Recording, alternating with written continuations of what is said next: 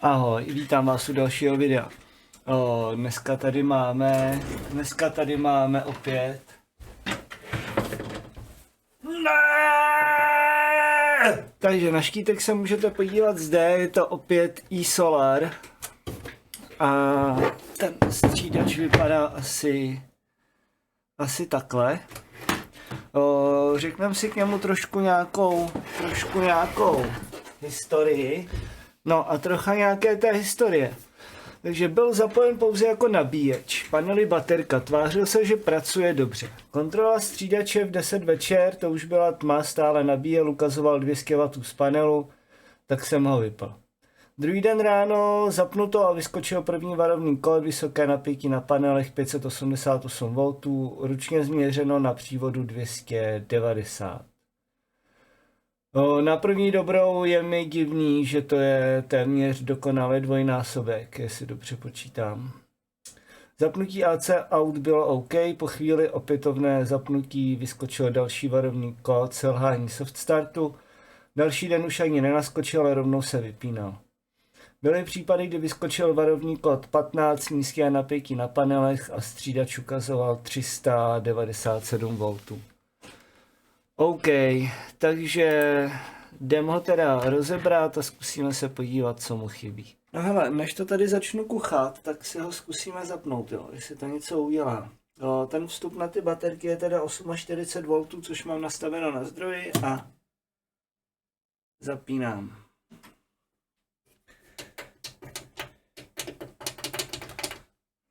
Nic a...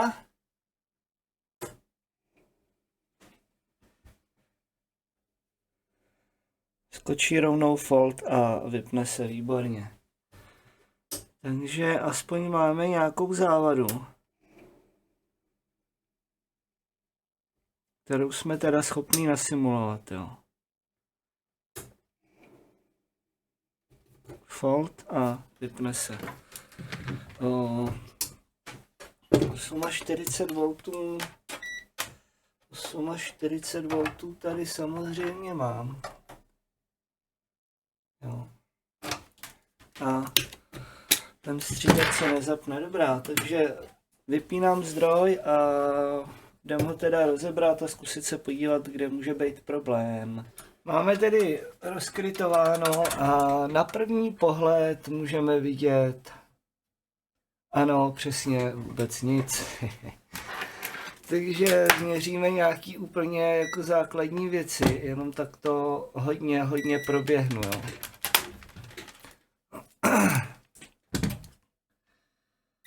Takže zase booster z baterky, booster sem to zřejmě ukládá, střídací část, odchod ven, tady je teda vstup na solar, MPPT tracker a tady je vlastně karta, která obstarává nějakou komunikaci, další karta, která obstarává zřejmě nějaký síťový rozhraní.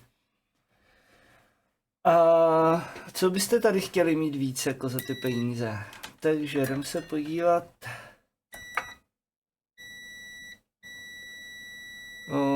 To je, já vám dám ten měřák tak, abyste na něj taky něco trošku viděli. To není zkrát, to je rezistor na gate, jo.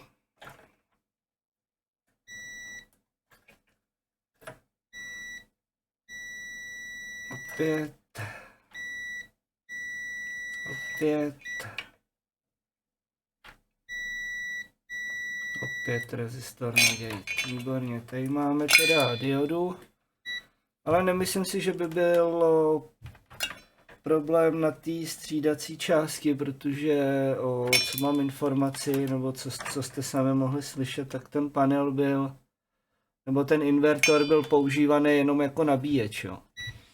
Takže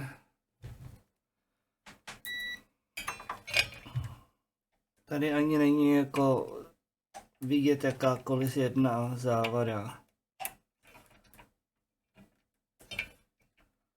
Nicméně to úplně to nejjednodušší, co se dá teď jako okamžitě proměřit, jo. Takže ty tranzistory jsou v pořádku, gate kolektor, emitor, gate kolektor, emitor, takže to jsou IGBTčka. Ale tady máme na tom vstupu na solar teda máme další 2 IGBTčka. Ty jsou v pořádku, nebo nejsou ve zkratu, tak. Dioda. Taktéž v pořádku. OK. No a problém je, že se nedostanu samozřejmě na ty tranzistory na tom boostru, že jo. Takže budou muset opět vyndat desku. Bych tady vždycky nejradši, bych tady takhle prostě vyřízval čtvereček. Jako. Ale to je samozřejmě, to se samozřejmě takhle úplně nedá. Tlumivky držej. Trafa držej, kondenzátory držej. Že bych viděl někde něco nafouklýho. To rozhodně nevidím. Tady pojistka předpokládám, že je teda v pořádku. Tak na té by to bylo vidět, ano. Jo, pojistka v pořádku.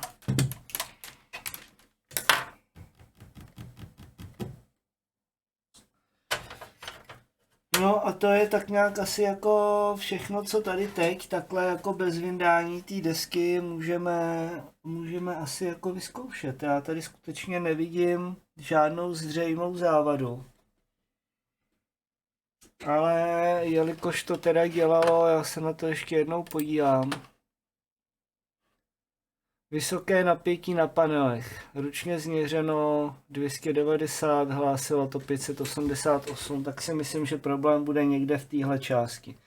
Nicméně je teda třeba zkontrolovat ještě i ten booster, jestli tam někde není nějaký problém. Takže deska je teda venku. Tady je ta vstupní část toho boostru. To úplně neuvidíte úplně ostře, ale na těch tranzistorech není takhle bokem absolutně jako patrný nějaký problém. A já si tam hodím pípáček a jdem si je teda proměřit. To nevidíte, ale tady mi to sice hlásí zkrát, ale to chování toho měřáku je divný. Jo. Jako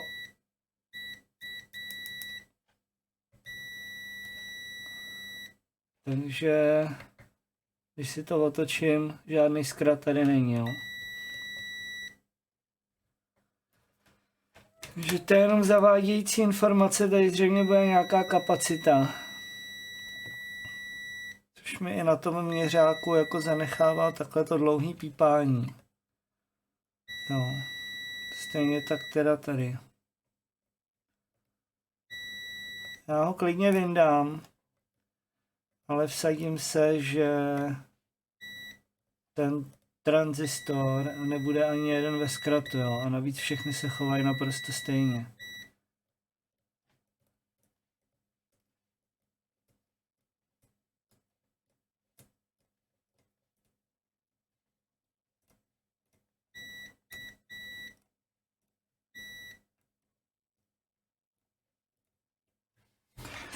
OK, takže tyhle by teda měly být v pořádku. Teďka, tady máme tranzistory.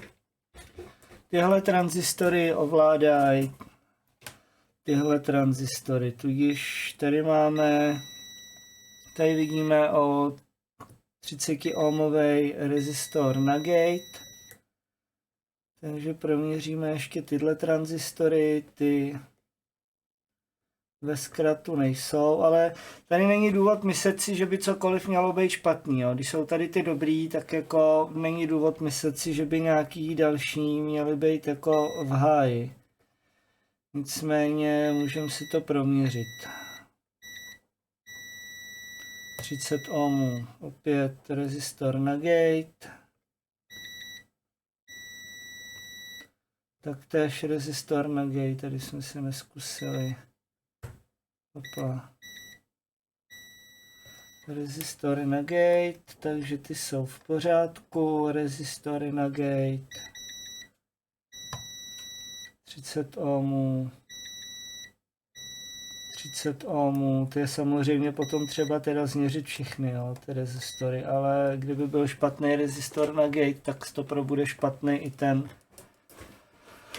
ten MOSFET, ty má jako ve zvyku vylítat, jakmile odejde ten rezistor, nebo aspoň tak jako taková je moje zkušenost. Teď nevím úplně, kde jsme skončili, ale tady teda problém taktéž není, tady máme opět 30 ohmů na gate, 30 ohmů na gate.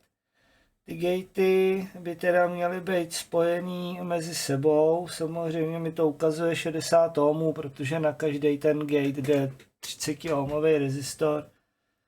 Nicméně všechny jsou spojený v jeden, taktéž je to vlastně tady, taktéž je to tady,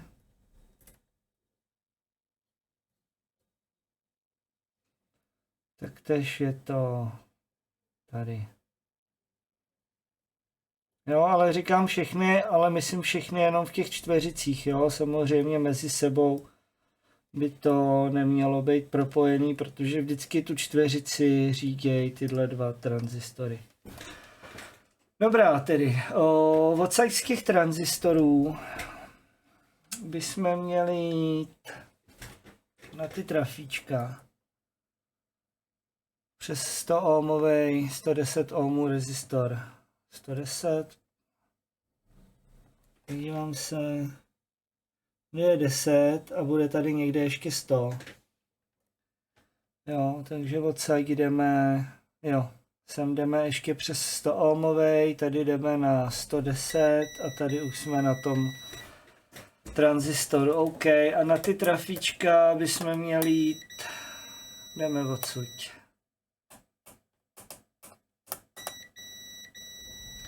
To je jedno trafo, druhý trafo. Otázka je, kam jdou ty další dva tranzistory, které tady jsou.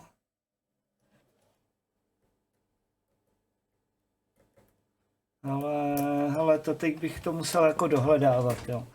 Nicméně, tady z těch dvou tranzistorů, který jde.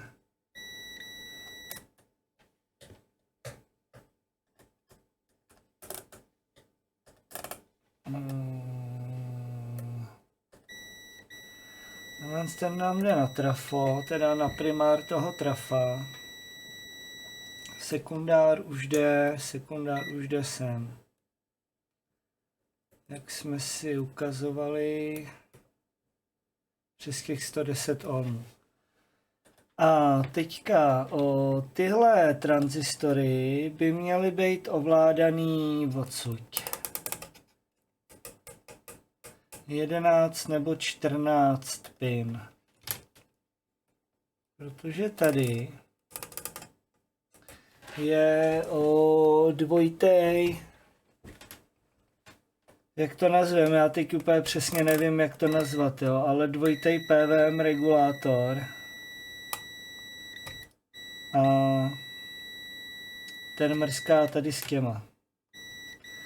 Takže tady jdeme na jeden. A druhý.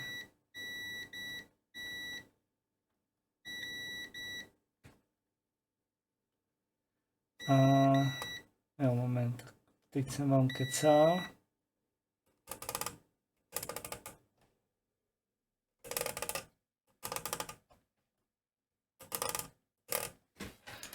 Nebo to nejde úplně tak přímočaře, jak jsem si teď momentálně myslel, takže si to otočíme.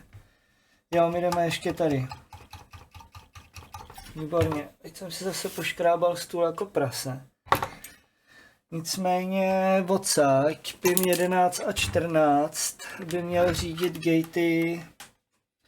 Takže a teď kde je jednička, ty bláho, tady jednička, kde máme tečku, nevidím tečku, jednička 1, 2, 3, 4, 5, 6, 7, 8, 9, 10, 11. Jo, pin 11, 12, 13, 14 a ten bude řídit zase báze dalších dvou, jo. Tady by nějaký dva měly být spojený, ano. 13, 12, 11 a tyhle dva by měly být taky pohromadě a odsaď by nám to mělo jít. Ach jo. A odsaď by nám to mělo jít.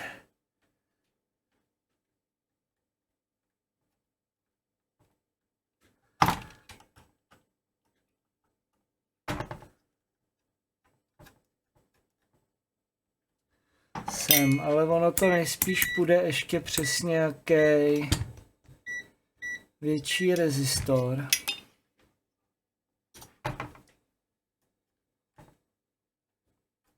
Ale ne 5 megovej, že?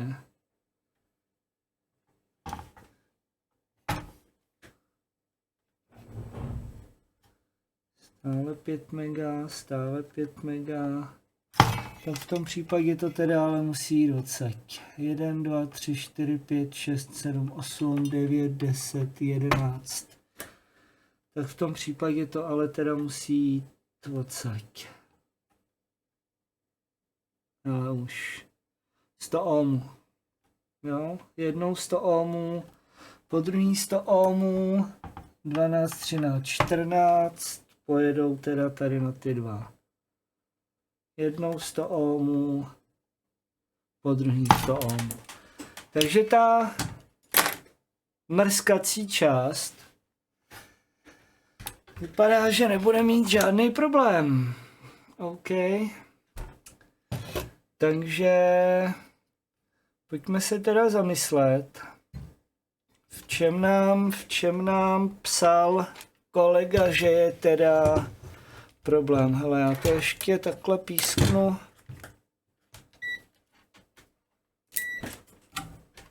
Ještě to písknu, jestli tady nejsme ve zkratu, ale hele, já si myslím, že v tu chvíli, kdy tady jeden skočí do zkratu, tak to vyhopsáme. Ale to asi jenom myslím, jako, že bych to tady zkoušel jako zkratovat, jestli to vyhopsá nebo nevyhopsá, to jsem teda neskoušel.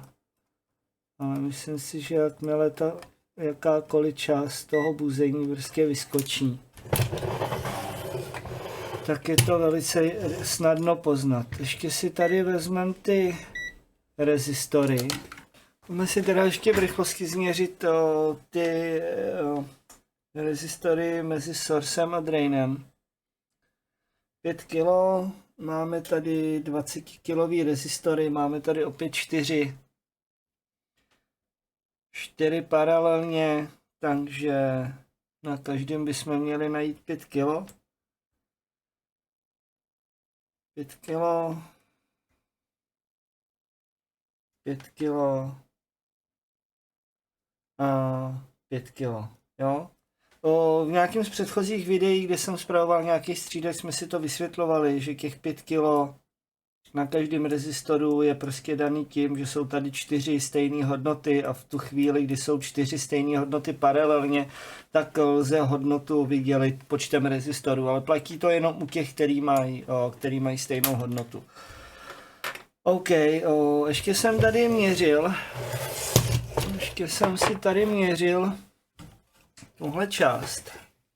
Jsem tady dělal mimo kameru. Tohle ty rezistory jsem teda chtěl změřit jenom protože jsem to slíbil, že to změříme. Ale slíbil jsem to zase před 4 dníma, jo. Teď se k tomu vracím. Já se vždycky jako regulárně musím mrknout do videa, kde jsme skončili. Tady když se podíváme, tak máme diody, vy vidíte prd. Tak máme diody 0,5, 0,5, Tady jsem obráceně. 0,5. 0,5, ale tyhle dvě, jedna a druhá, jsou ve zkratu. Já když se podívám, tak ty diody mi jdou na vynutí tady toho trafa. A evidentně nevím, jestli jsou příčinou diody nebo trafo, jo, ale když se podívám tady na to trafo, tady mám jedno vynutí, který je teda i vzduchovou mezerou oddělený od toho druhého vynutí. Jo. Tady ty tři jsou zase spojený, čtvrtý nic, stejně tak je to tady. Čtvrtý nic, tři jsou spojený, stejně jako tady. Ale tyhle tři by mi neměly pískat s těma dvěma, už jenom protože je tady ta vzduchová mezera, tak někdo evidentně nechce, aby se tohle švihlo dohromady, jo. A tady nám to píská. Budeme muset zjistit, jestli za to můžou diody, nebo jestli za to může to trafo.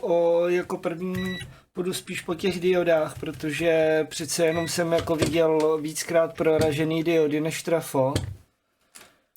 A zároveň teda z toho trafa nám to jde až sem, kde je teda z druhé strany, tady můžeme vidět, že je indukce.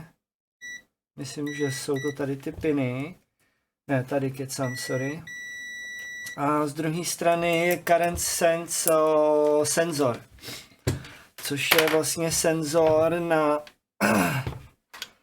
na proud. Konkrétně tu už jsme ho v jednom videu zkoumali na tom MPPTčku, myslím. Na těch tranzistorech ani v buzení nikde prostě není chyba, jo. Takže z toho důvodu jsem začal už prostě jako random měřit to. Tady jsou nějaký spínaný zdroje. Vypadají, že jsou v pořádku, až jsem se prostě doměřil tady k té části. Já tam mám blbou kameru, moment.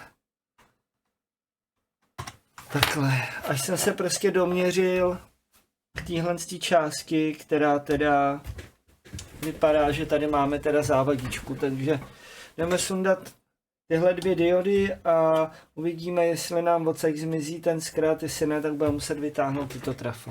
Koukal jsem teda, že problematický jsou tady ty dvě diody a já si označím jenom, kde mají katodu, protože jestli si myslíte, že si to budu pamatovat, tak to teda nebudu.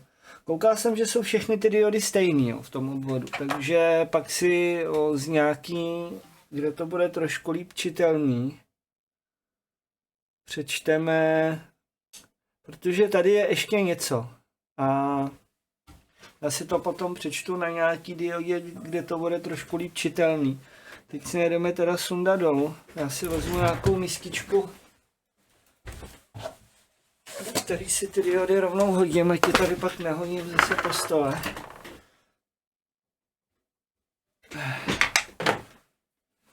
Jdeme sundat dolů teda.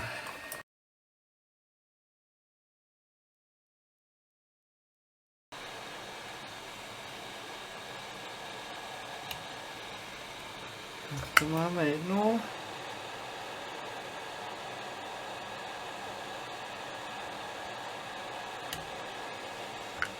To máme druhou. Já jsem se divil, že mi nejdou sundat a oni byly přilepený mršky.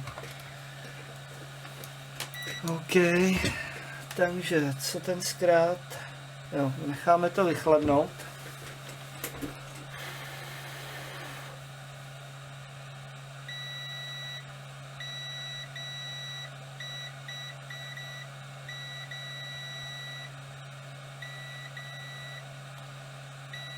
Zkrát furt máme. Což je teda trošku nepříjemné.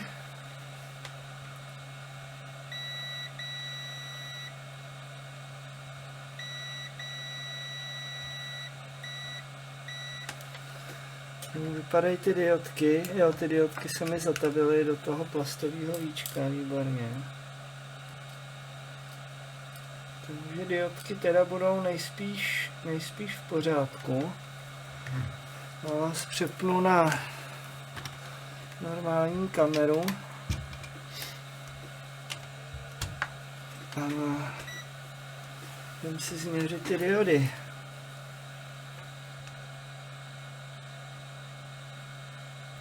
No 4,2.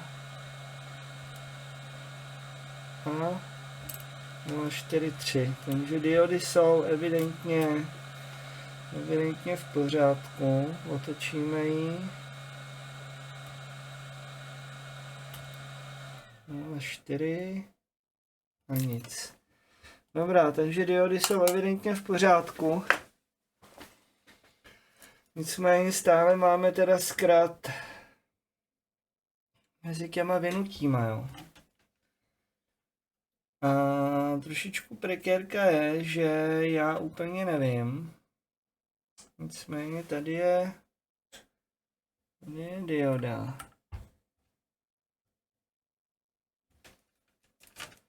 Vezmu ještě radši z druhé strany, jo. Já teda úplně nevím, jestli teda ten zkrat vzniká přímo tady na tom trávku. Nebo jestli nám ten zkrat od někud přichází, jo. Nicméně tady je dioda. Takže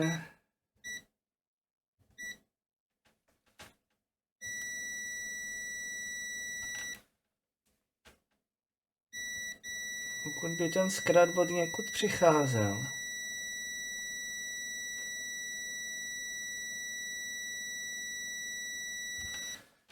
já si myslím, že bych ho v jednom směru neměl změřit, protože je tady jako ta dioda, jo. Takže jdeme zkusit vyndat to trafíčko a uvidíme, jestli nám ten zkrat zmizí. No, takže jsem to tady celý rozebral, abych teda zjistil, že ty diody, to uslyšíte i bez toho, než byste na to viděli, že ty diody jdou teda paralelně k tomu vynutí, jo. Takže z toho důvodu nám ty diody pískaly. A to vynutí je zřejmě nějakým způsobem ještě propojený.